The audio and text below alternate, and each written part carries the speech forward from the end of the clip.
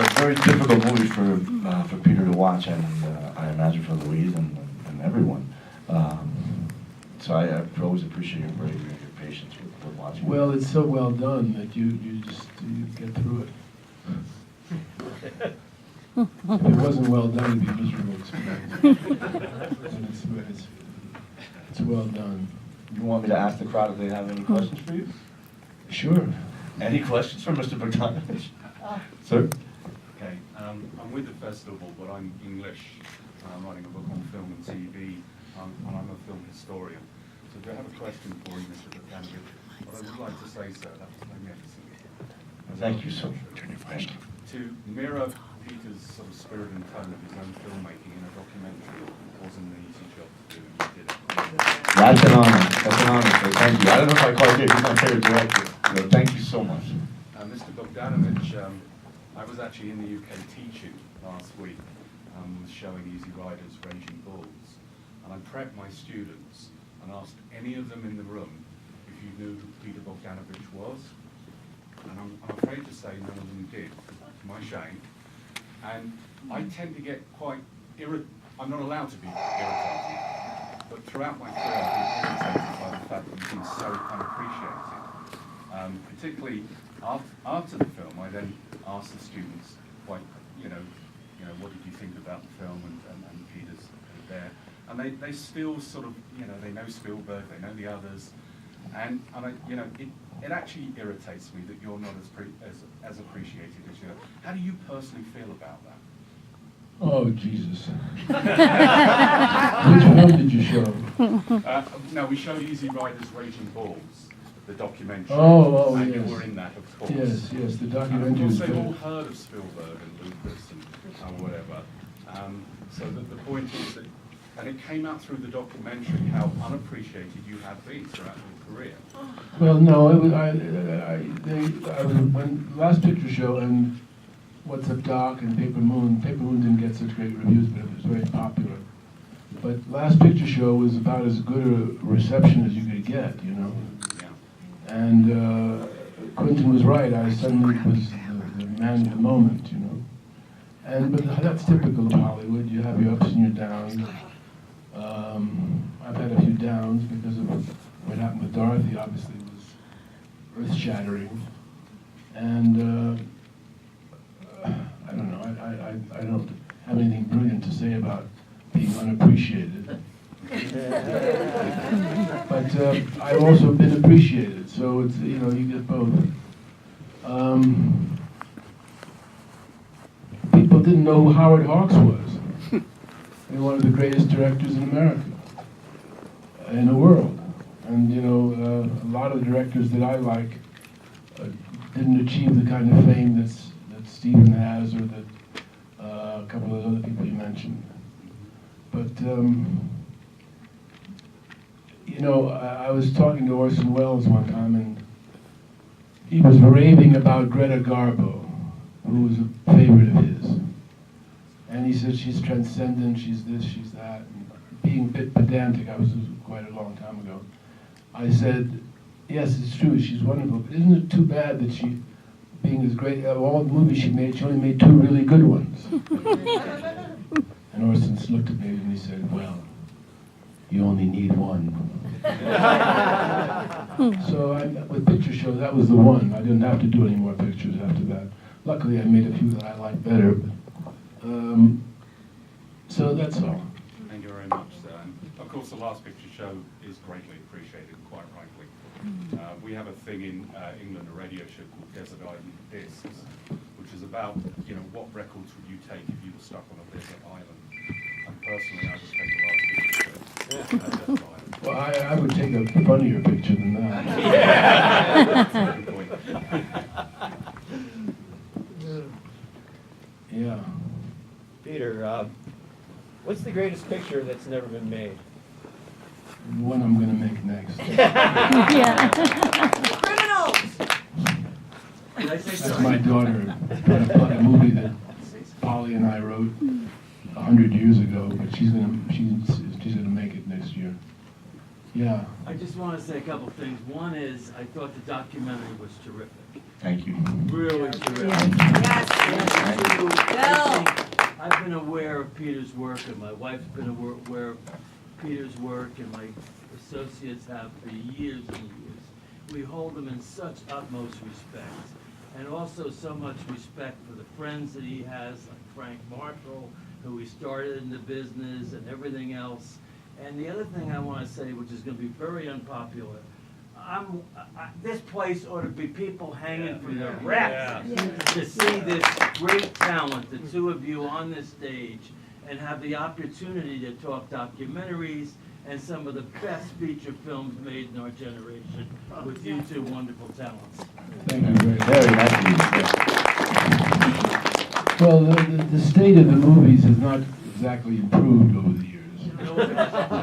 We're in a period of decadence, in my opinion. American movies, and maybe movies everywhere. I'm not familiar with.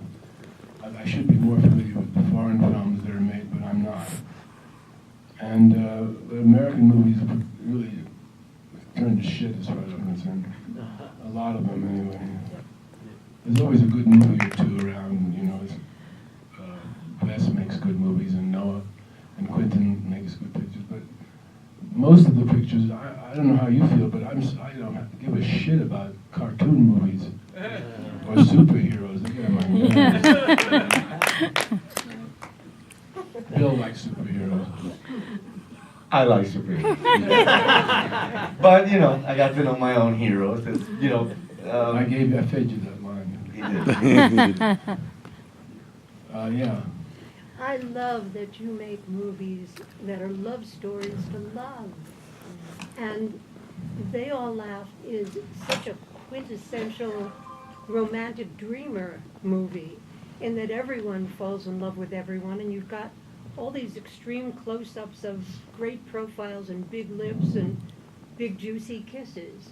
So even though you really also touch so much on love and loss together, which is really a recurring theme in life.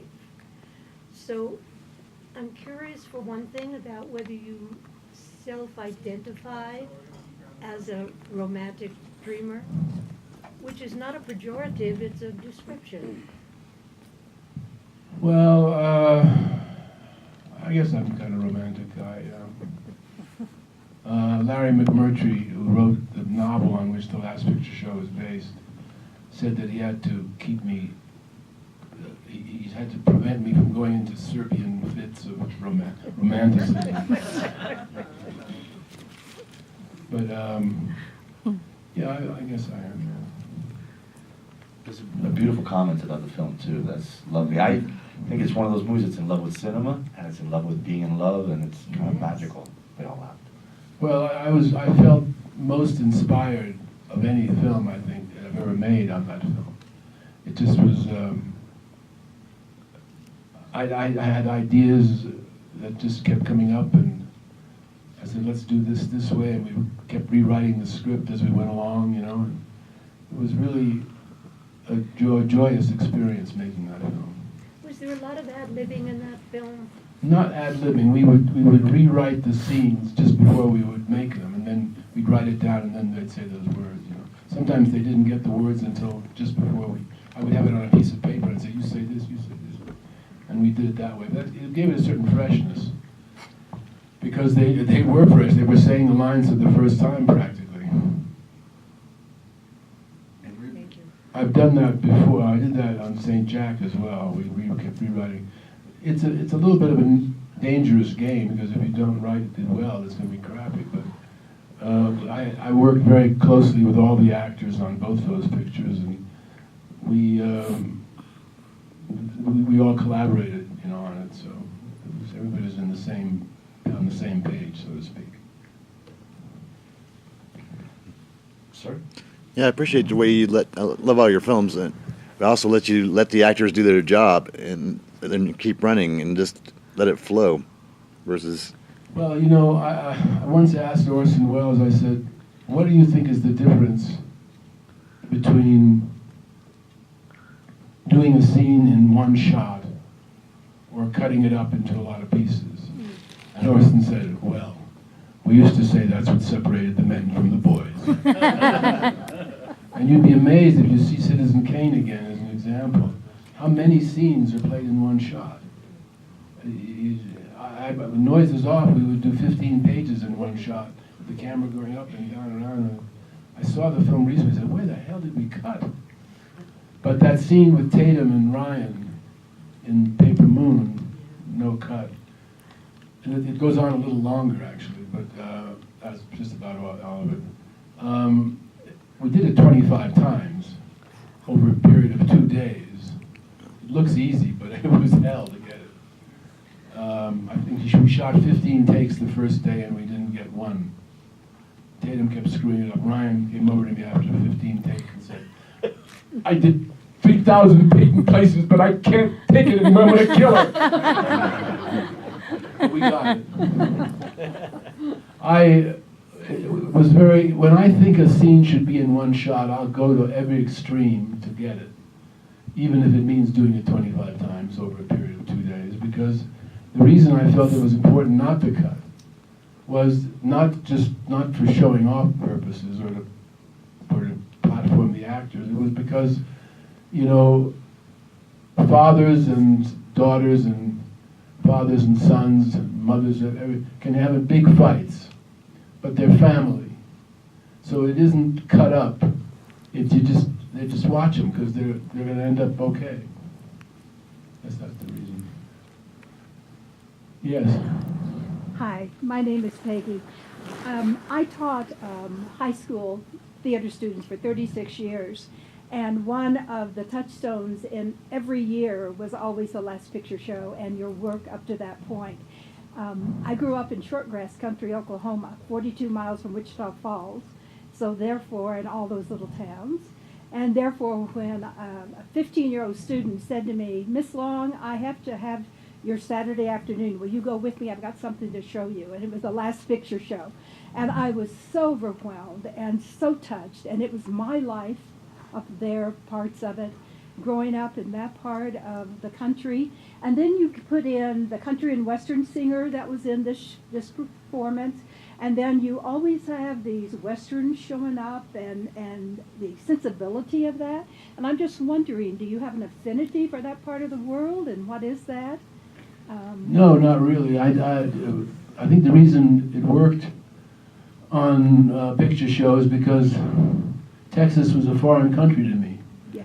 So because it was foreign to me, Oh. I was very careful and interested in everything that was going on. You know, I was very specific about the music and the time period of what was on television, what was music playing. Yeah. And in New York, Cold, Cold Heart was a big hit, but it was sung by Tony Bennett. Right. In the South, it was sung by Hank Williams. Indeed. I said, who the hell is Hank Williams? And then I figured it out, because there's 9 Hank Williams songs in the picture, because I fell in love with him. I to this day, I must say I like country music. That was one of the things I became, I began to like from the Last Picture Show. And I've used it in a lot of pictures, actually. Mm-hmm. Interesting. Can I answer that question also? Sure. Because I also see the Western theme in Peter's work. I don't know if he sees it. Sometimes the artist doesn't see it. I think Peter, because of Ford and Hawks, I mean, so many great Westerns, and I think Peter's kind of a cowboy at heart. I think he's that spirit of the West. He has that very strong. I see it. And, you know, that guy, Earl Poole Ball, wound up in 5 other pictures that Peter directed. And they're like pals, and he actually, they wrote a song that Johnny Cash sings called Love is a Gambler. I recommend you look it up on YouTube. Mr. Bogdanovich is also quite a good songwriter. People talk to me about, what, you know, Peter always has that ascot. And I'm like, it's not an ascot, it's a kerchief. Like, It's a bandana, actually.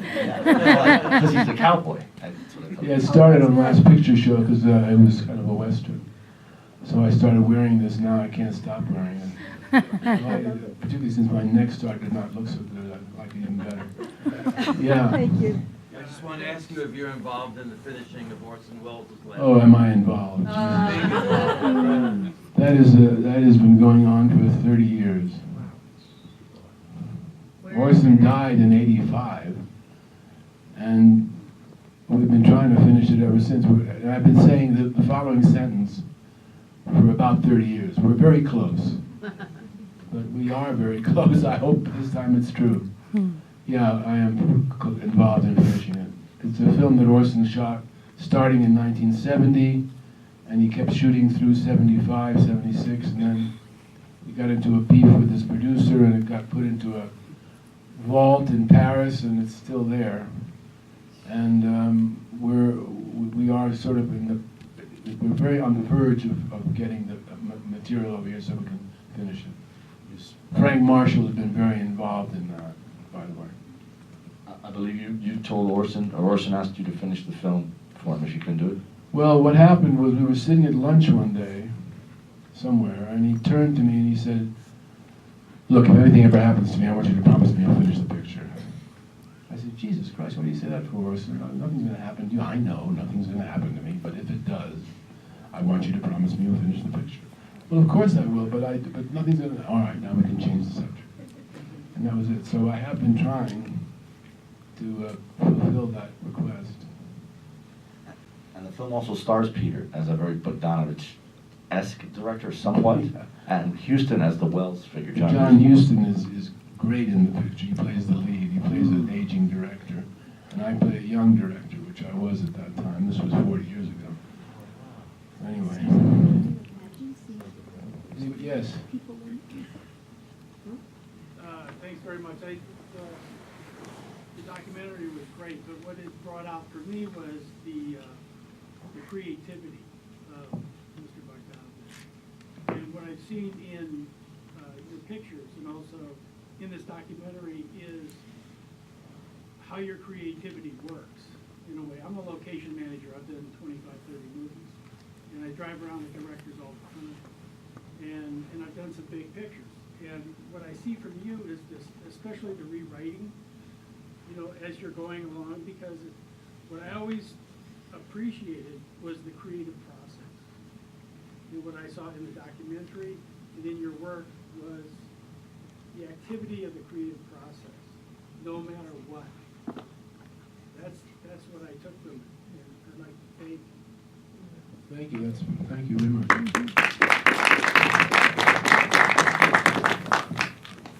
You can elaborate if you'd like. Well, I don't know. I don't know the process. It's evolved over the years. I didn't used to change the dialogue as much as I do now. Unless it's McMurtry who writes great dialogue, we leave that alone. And Michael Frayn wrote Noises Off. We didn't screw around with that. It was a great play. But if it's just dialogue without any particular brilliance, we just change it a little bit and make it fresh for the actors. You know. You had a question. Yeah, what was your first initial spark to get you wanting to do movies? Wanting to do movies? What was your initial... I thought I'd be an actor. Everybody thought I was going to be an actor when I was a kid, 5 years old, 6, 7, 8, 9, 10, 15. I was studying at the American Academy of Dramatic Art as a teenage, Saturday afternoon teenage classes. I studied with Stella Adler for 4 years. I thought I was going to be an actor. Then at some point it changed, and I think I hated auditioning. And I just thought if I direct, I can play all the parts. It was greed. Yeah. This is such an honor to be talking with you and seeing your passionate film that you put together for Mr. Bogdanovich. But I have a question, sir. What was is your relationship with the production designers on your film who are there to support your vision, and yet they also act as a visual storyteller of sorts? Is it a collaborative? Yeah, very much so. Very much so. I mean, I had some very good production designers, including my first wife, Polly Platt, who was a very, very fine production designer, and she had started as a costume designer, and then I talked her into taking over the whole thing, and she did. And then I worked with Scarfiotti, was his first name, Fernando, on Daisy Miller, and I had a very fine production designer on this last picture, Jane Muskie. She's very good. And maybe the best production designer I ever had was very close. We worked very closely. It was a guy named Jean-Vincent Pouzos. When he told me his name, I said, "You don't expect me to say that every day." It was Jean-Vincent. I called him JV. He did The Cat's Meow with me, and he's just brilliant. Brilliant. Yeah, it's very much a working relationship. We work very closely together. Yes. What struck me really powerfully watching this is you are obviously a guy who wears his heart on his sleeve. We all know, watching this movie, we all know you as the famous movie director. But to touch on what Jeff said at the end of the film, if you could sort of separate yourself and think of you as the guy here watching the film, the guy whose parents came from Europe and makes it big time in America and suffers tremendous tragedy as well as incredible triumphs. And when you're watching this amongst mostly strangers, how are you responding to the kid from New York now celebrated around the world for what you accomplished?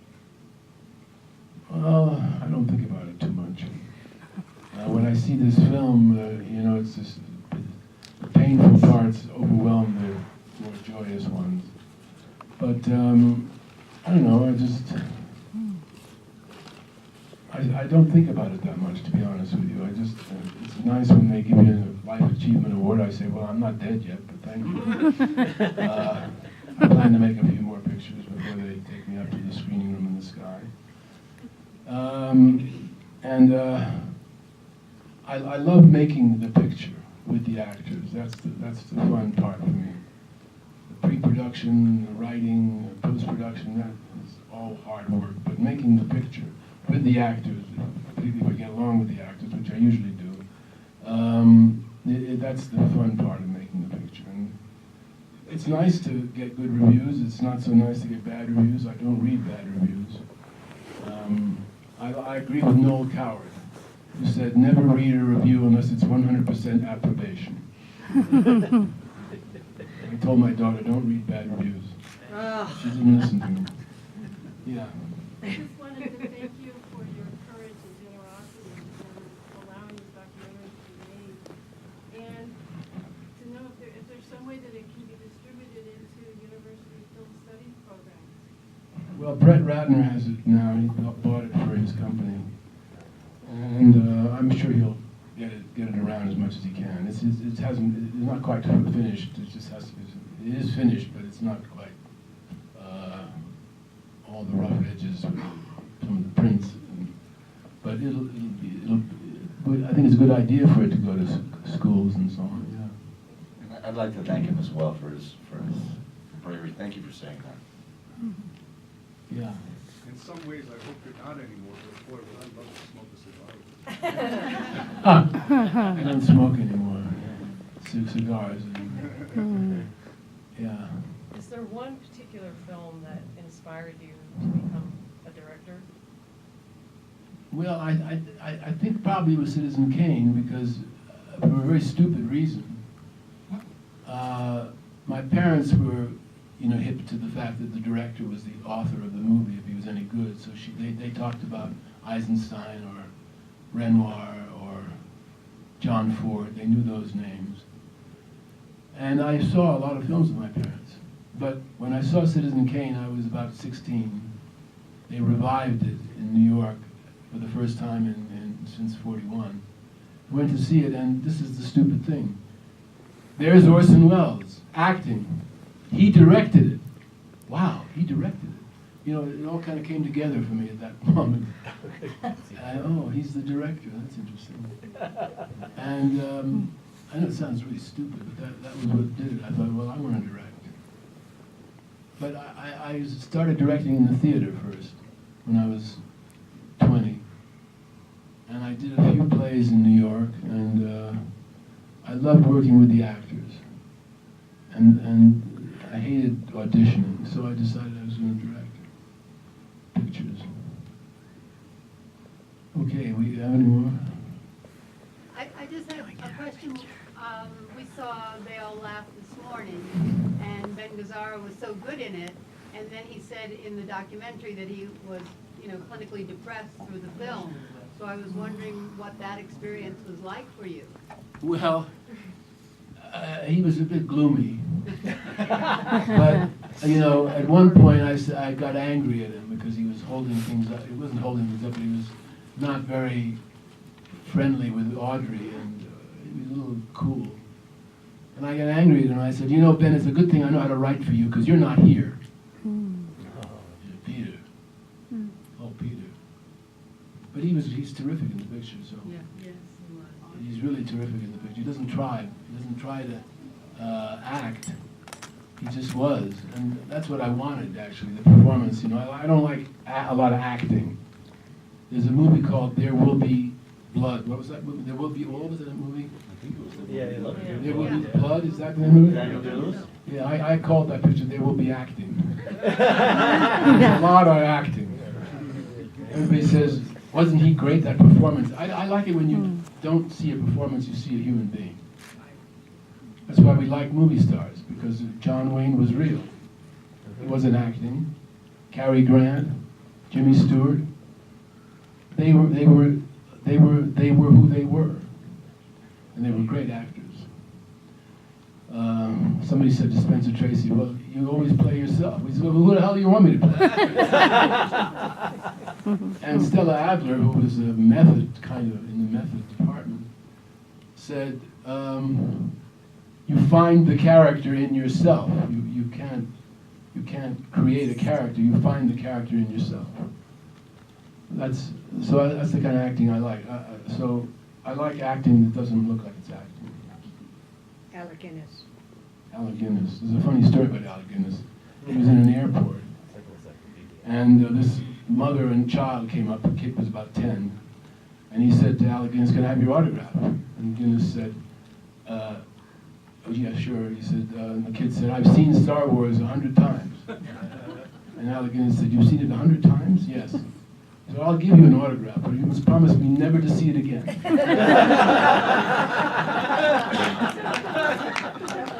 I wouldn't even say, I only saw it once. Anyway, any more questions? I just want to make a comment about Audrey Hepburn. It seems that most of my film experience with her has been when she was younger. I so appreciated her as an actress in this film, and more mature. I thought she was just exquisite. Of course, she always is, but Audrey was a natural. She couldn't make the wrong movie. She was great. This was her last starring role in a feature. is it? And I sensed it at the time. That's why I did that elaborate finish for the end credits. You keep cutting to her. I thought that would be the end. I just had a feeling she wouldn't. She didn't really want to act anymore. She'd had it, I think. She was more interested in working with the UNESCO. She was wonderful to work with. Never complained. We never had a dressing room or a trailer for her, nothing. I mean, we had a hotel room occasionally, but basically she was waiting in a store until we called her out. She'd come over to me, "So look, Peter, they gave me an umbrella." Or she'd come out and say, "Look, Peter, look at this lovely handkerchief." I said, "Look, we're going to move so you can work the other side of the street." She was great. And did Patty Hansen not act more again because she was She married? she was so good, She was and she won the Alitalia Award as the most promising newcomer. And she never did another picture. I said to her, "You ought to act more." She said, "No, it was all you, Peter. You did it all."